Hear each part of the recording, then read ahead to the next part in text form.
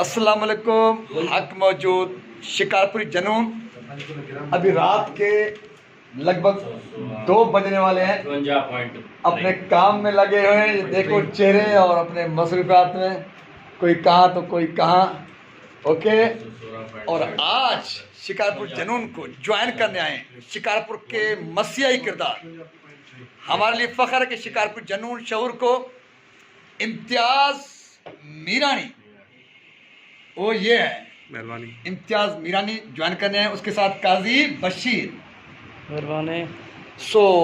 ये काफिला बढ़ता जा रहा है। इस मौके पर मसीहाई किरदार शिकारपुर के नामवर समाजी वर्कर इम्तियाज़ मीरानी से उनके जज्बात जानने को शुरू हुआ कि इम्तियाज़, आपको किस सोच ने शिकारपुर जनून के साथ आकर खड़ा होकर साथ चलने के लिए मजबूर किया?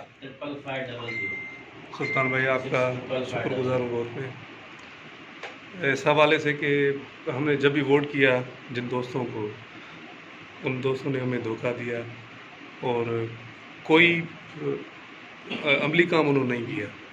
जब आपका मैंने वर्क देखा जो भी फेसबुक पे या दोस्तों के साथ, तो एक जज्बा पैदा हुआ कि मैं आपके साथ काम करूं और इंशाल्लाह मरते दम तक आपके साथ ही काम करेंगे।